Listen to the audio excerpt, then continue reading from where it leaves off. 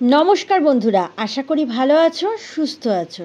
আজকে চলে এসেছি মাত্র 1 কাপ আটা ও ভাজা মাছ দিয়ে বাচ্চাদের জন্য মুখরোচক নাস্তা রেসিপি নিয়ে। এখন অনেক বাচ্চা আছে যারা মাছ খেতে পছন্দ করে না, তাদের যদি এই রেসিপিটা করে দেয়া যায় তাহলে তারাও পছন্দ করবে।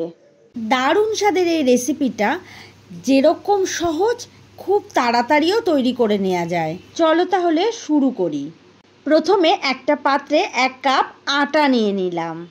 এবার এই আটার মধ্যে দিয়ে দিচ্ছি একটা পেঁয়াজ কুচি, আর দিয়ে দিলাম একটা টমেটো কুচি, আর 2টো কাঁচা লঙ্কা কুচি। ঝালটা তোমরা কম বেশি করতে পারো।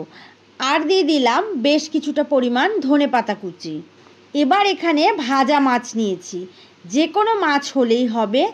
আমি এখানে ভোলা মাছ ও পমফ্রেট মাছ নিয়েছি। যেহেতু মাছটা গরম ছিল তাই কাঁটা চামচের সাহায্যে মাছটা ছাড়িয়ে নিচ্ছি। প্রত্যেকটা মাছের কাঁটা খুব ভালোভাবে ছাড়িয়ে নিয়েছি।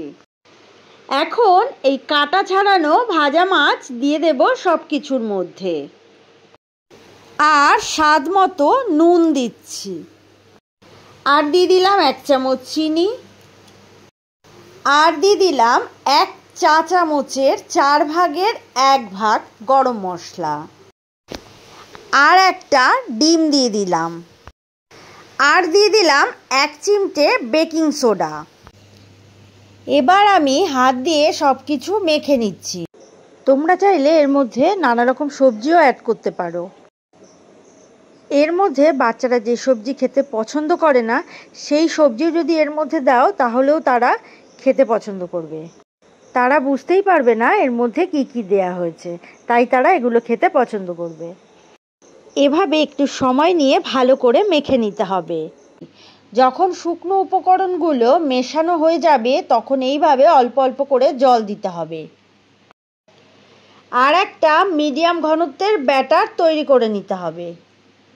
এখানে আমি রুম টেম্পারেচারের জল ব্যবহার করেছি, কোনো রকম ঠান্ডা বা গরম জল ব্যবহার করিনি।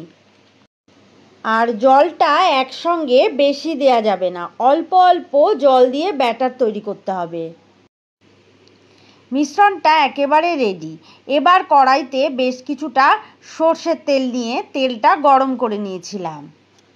প্রথমে 1 হাতা করে ব্যাটার দিয়ে দিয়েছি, আর গরম তেলে দিতে হবে।